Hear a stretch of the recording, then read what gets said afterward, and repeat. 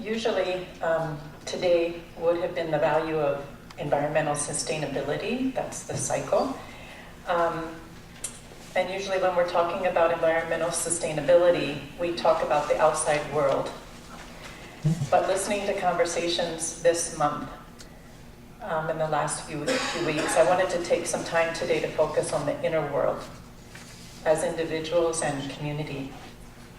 The mystics and spiritual traditions tell us that these inner and outer worlds are yoked. People like Thomas Berry and Brian Swim, human ecologists of our time, tell us that key to creating conditions that will allow the earth to heal is to heal ourselves, to journey into our individual depths, to reach for a comprehensive change in consciousness that realigns our collective and individual stories with our own unique purpose and the unfolding story of the universe. And when we look at the ecological crisis of today, we know that we all have inner work to do, and that we're living at a crisis point that is also a point of opportunity, a potential turning point, if we all show up. And one way to show up is to know our stories, to do our inner work of becoming more awake, more congruent, and more whole. And this will help create conditions for ourselves and communities and the earth to grow well. A lot's happened in the last few months. We have learned about work in Nepal. We've learned about Islam, poetry, silence, truth. We've shared places that we love. Many of you have returned from outer journeys, from Panama to France to Florida to Colorado. I made another trip to Washington with human rights defenders, and I'm just beginning to integrate that journey. Last week, the Loudons visited, and it was time to reconnect and share stories of where you've been as a community, as where they've been as a family, and where we all are now. It's really important to be very intentional about making time in our lives to catch up with ourselves, to integrate inner and outer journeys, to realign with who we are at our core so that we can keep growing. Inner work is a spiritual responsibility. In the practice of spiritual direction, we do this on a regular basis with a spiritual companion who knows how to listen and sit with us as a sacred witness, asking questions that inspire self-reflection. Spiritual teacher Caroline Mies says, "No one is born knowing who they are or what they are meant to do every moment of their lives. What we are meant to do is search.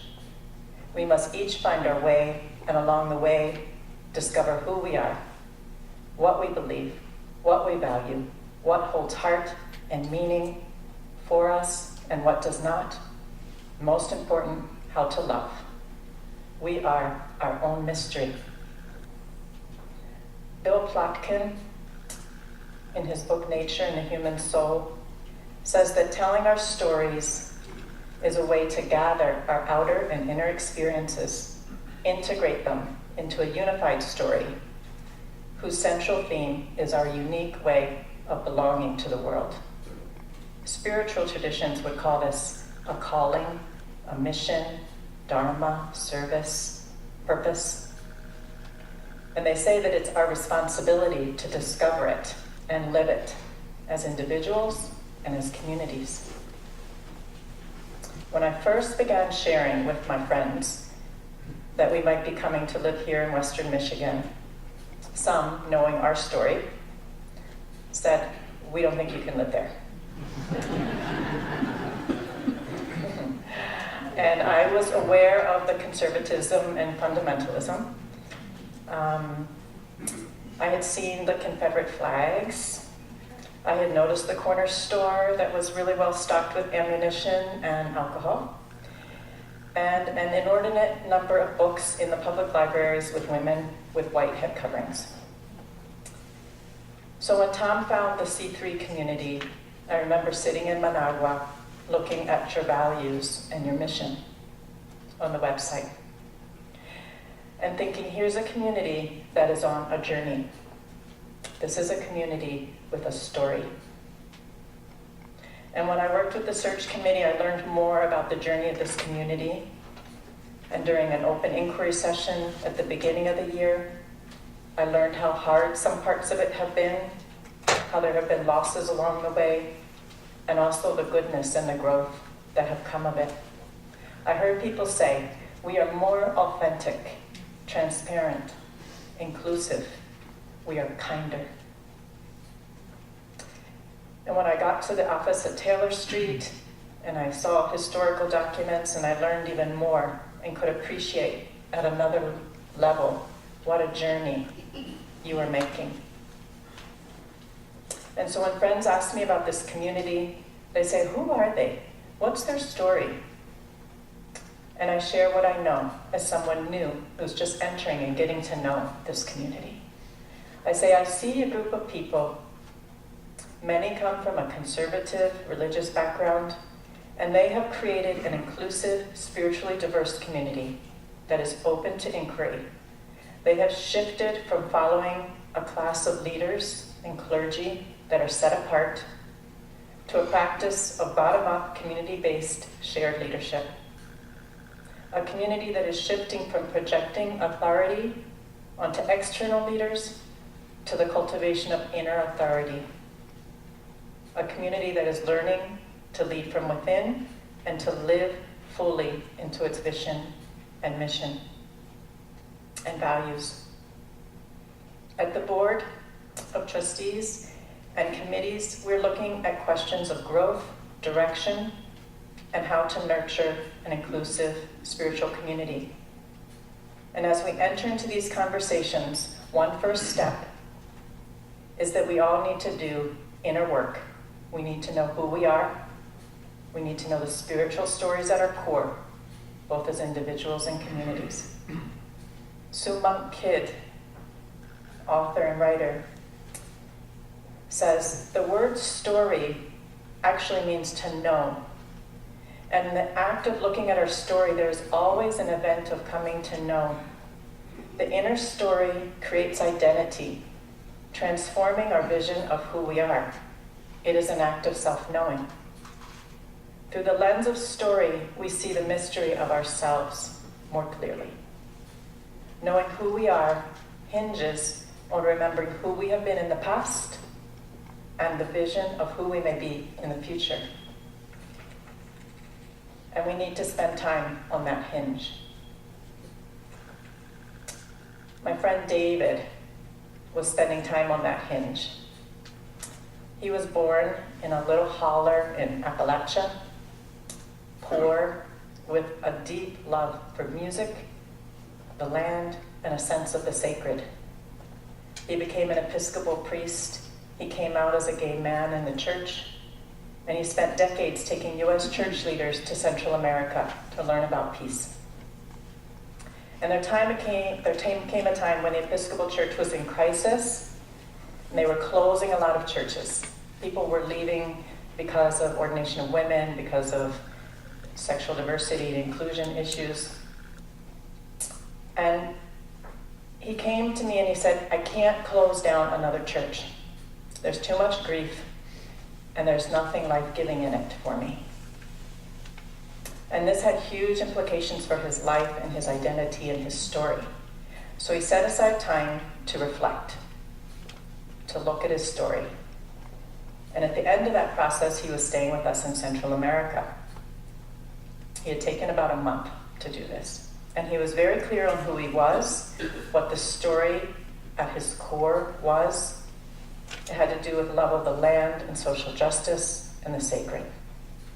And he also knew that things were shifting, and that was generating a lot of anxiety. If he left the church, what next, where to go, what to do? He didn't know, and he was really uncomfortable. He wanted a plan, a job, an address. And he couldn't know that yet because his story was still unfolding. And the fear of that uncertainty about the future was invading his present. and it was backing him up into the past. So he would say, well, maybe I should just stay where I am because I know it and I can stick it out for a few more years. And it came to the last day of his discernment process, and he was coming home on the bus right at dusk, which in Central America is like this. It's light and then it's dark. And that's the worst time to be on the bus. The buses are packed. And he was in this tight, overcrowded bus, and he couldn't see where he was going. And he was beginning to panic. He didn't know if he had passed the stop or he was way ahead of it. So he pushed his way to the front of the bus where he could stand next to the driver and asked for the help of the ayudante, which is the person who helps push and pull people onto the bus. And he was trying to ask the ayudante to help him figure out where he was. And finally he panicked and he said, just stop the bus, I need to get off. And so the bus stopped. And he says, I got off, and as I looked back, the ayudante was standing on the steps of the bus, and he said, ese hombre no sabe a dónde va. That man does not know where he's going. And the bus roared off. And it turns out he had gotten off right at the right spot, and he was very close to home. And he comes bursting into the house, and he says, guess what? You won't believe it. And I said, what? He said, I was just on this bus. He told me a whole story, and the ayudante just named it for me. He summed up my entire months-long discernment process. It was like a last meeting with my spiritual director. And he says, the reality is, I do not know where I'm going, but I am not lost. And the anxiety dropped away, and he was free of it. He was fully present with the uncertainty, and it was such a huge relief. And laughter erupted, huge laughter, like water bursting through a dam.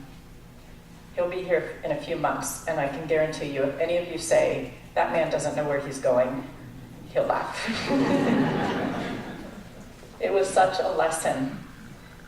He learned that being okay with uncertainty is a really important part of our story.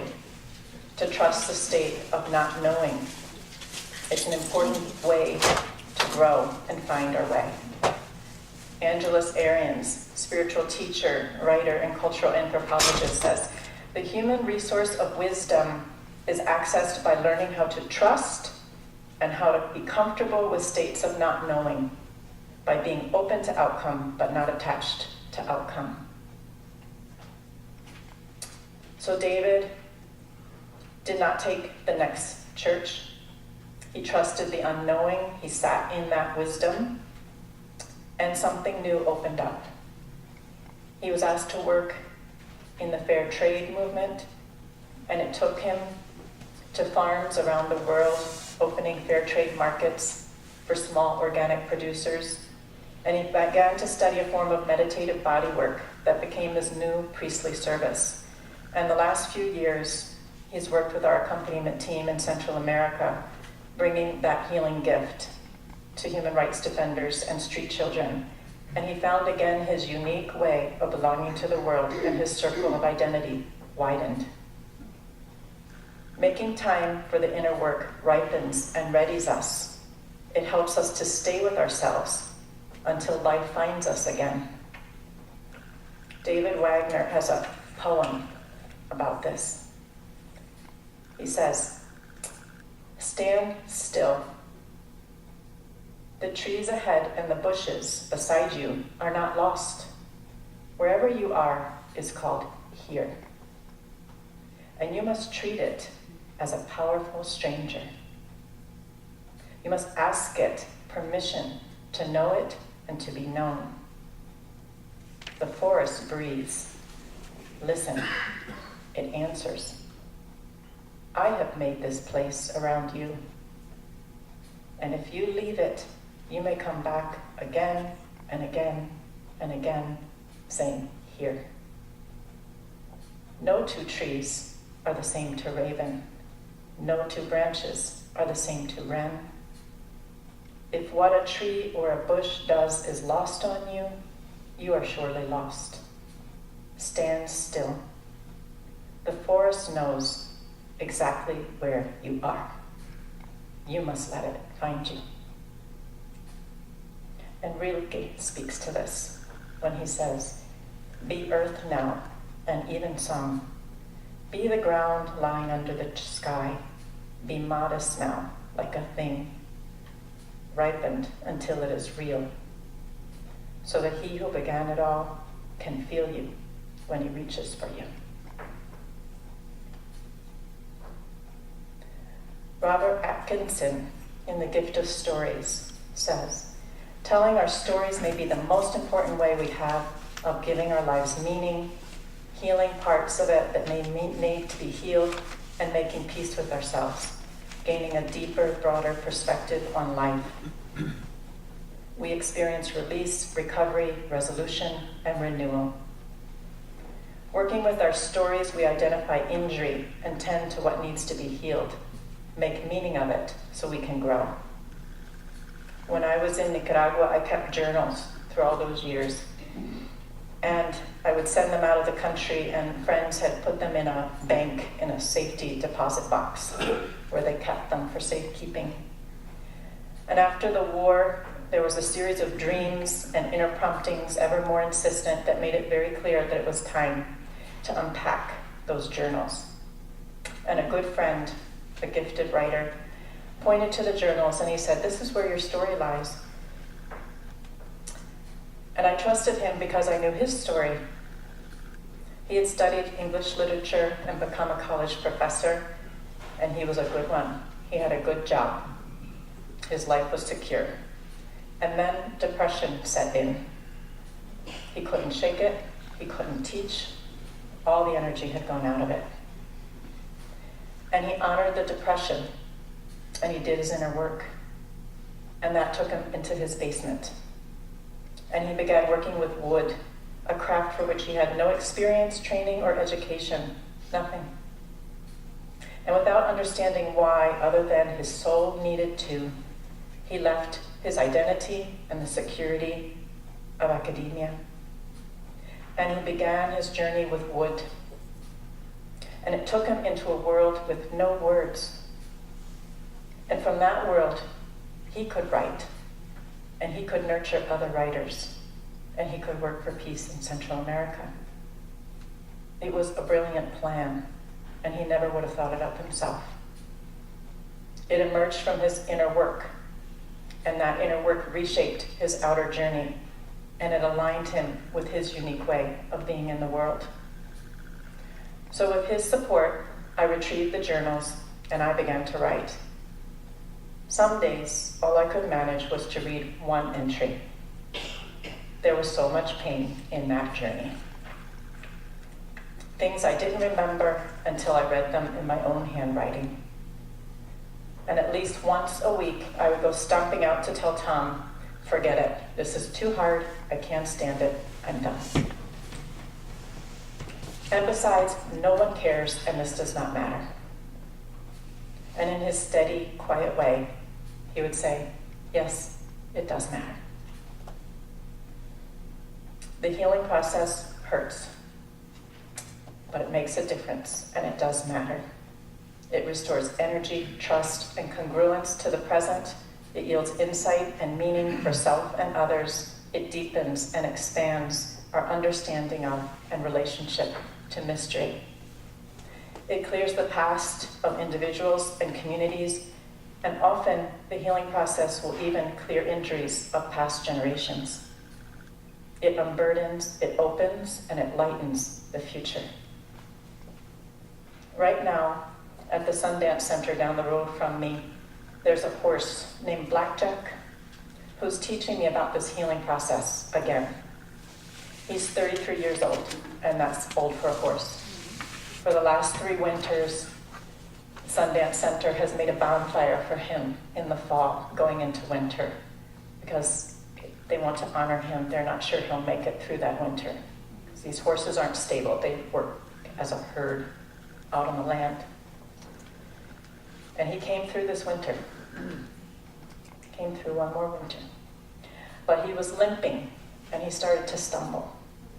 And he wasn't getting better. So it turns out there was an abscess on his hoof. There had been an injury, and a callus had grown over that injury. And under the callus, that infection was festering. So whenever he stepped on it, it hurt, and he limped. And if he stumbled and fell, he probably wouldn't survive it. So without an outlet, that infection would keep building up in his body and enter more deeply.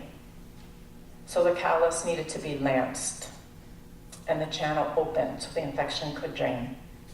And then we had to soak that hoof in salt water 2 times a day. And Blackjack, this isn't something he really likes to do. And he comes from a situation where he was pretty beaten up by human beings.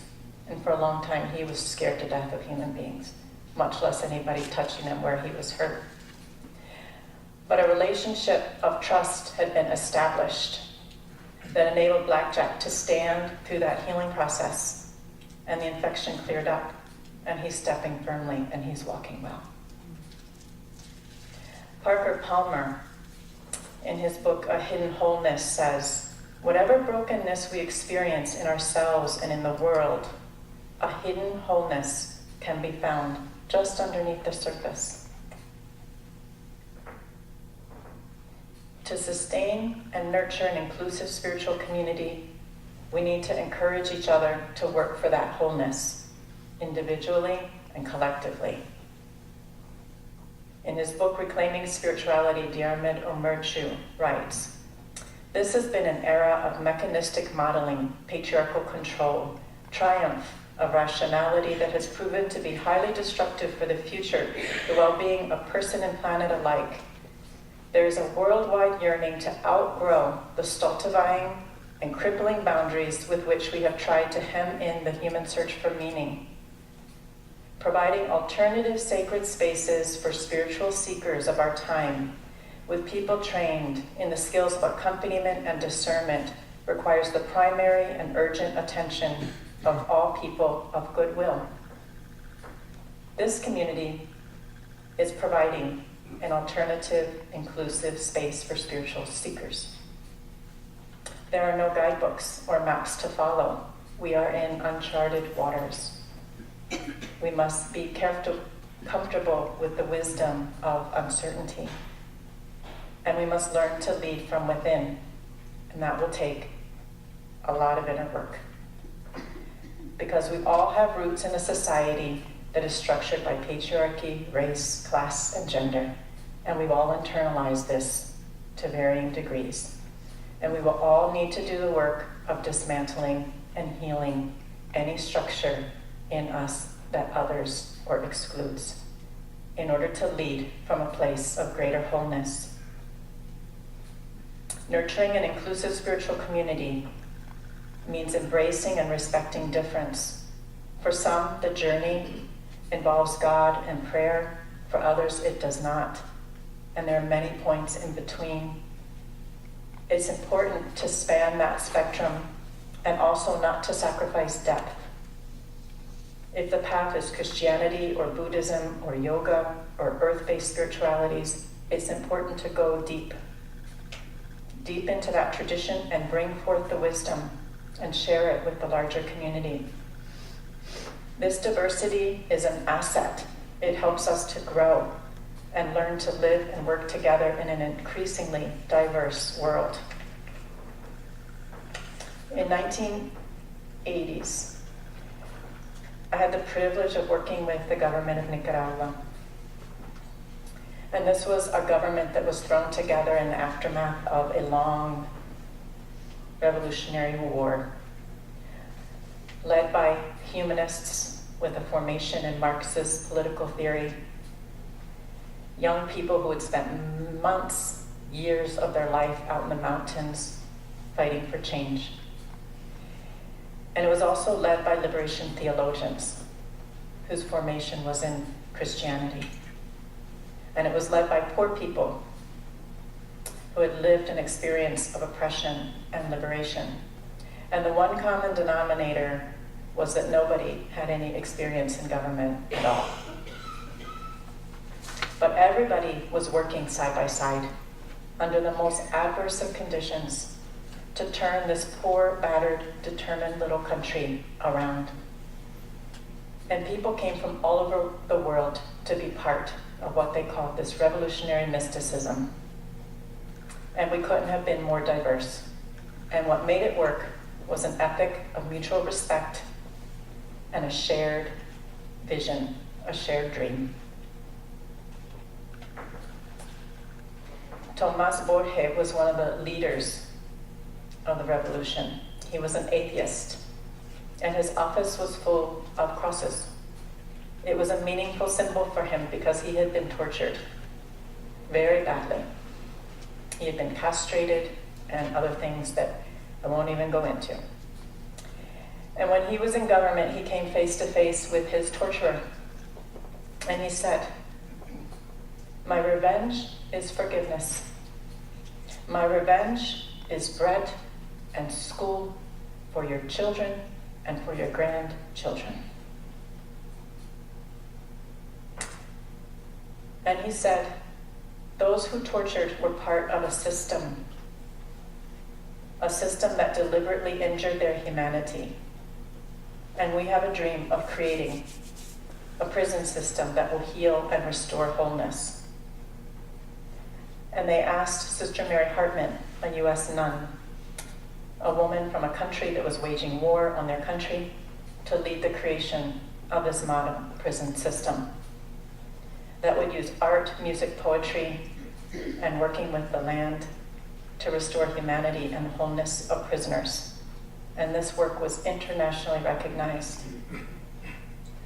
This was a group of people in which spiritual depth, inclusion, and diversity was an asset that created greater wholeness. None of us could have done it on our own. We needed each other.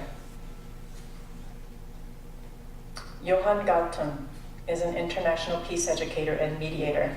He works in entrenched conflicts around the world.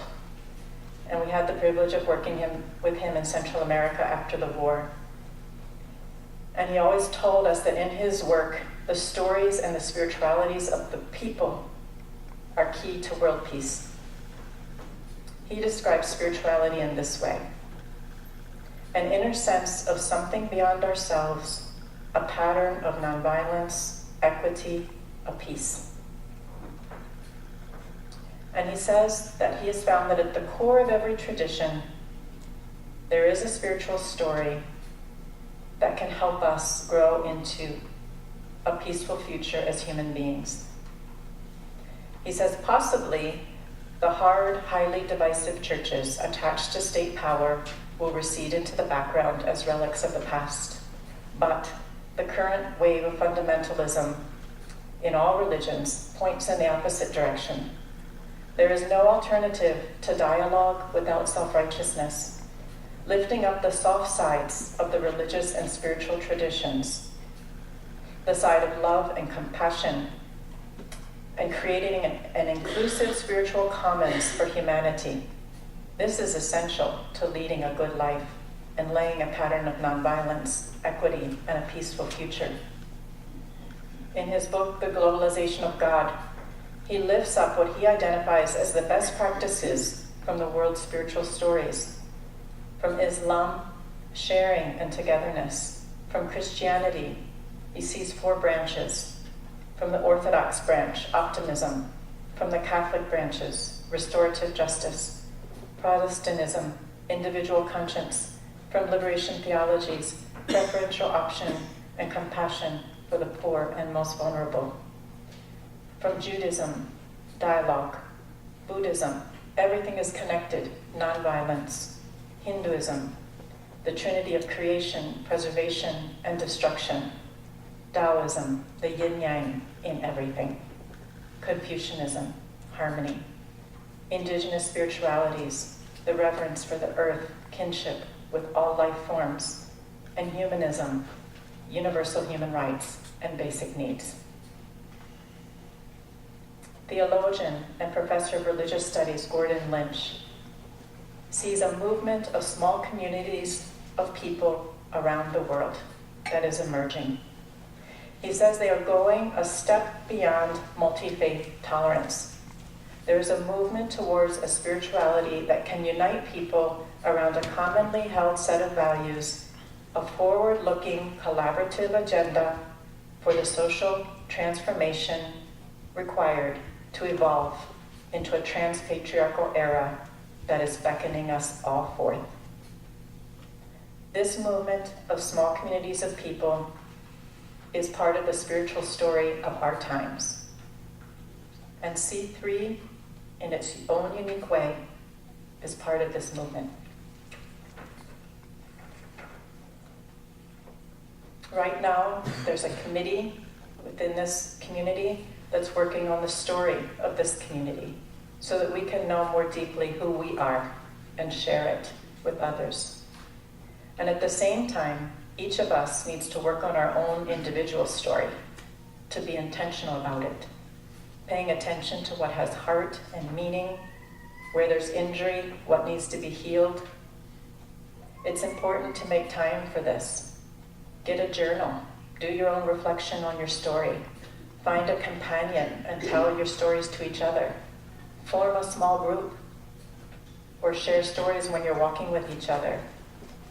Sometimes it's helpful to break your story down into 7-year sections and work with section at a time. The founder of the Story Corps, thanks to David who sent me this, said listening to each other's stories is an act of love. It is a way of insisting that every life matters. And each of your lives matters.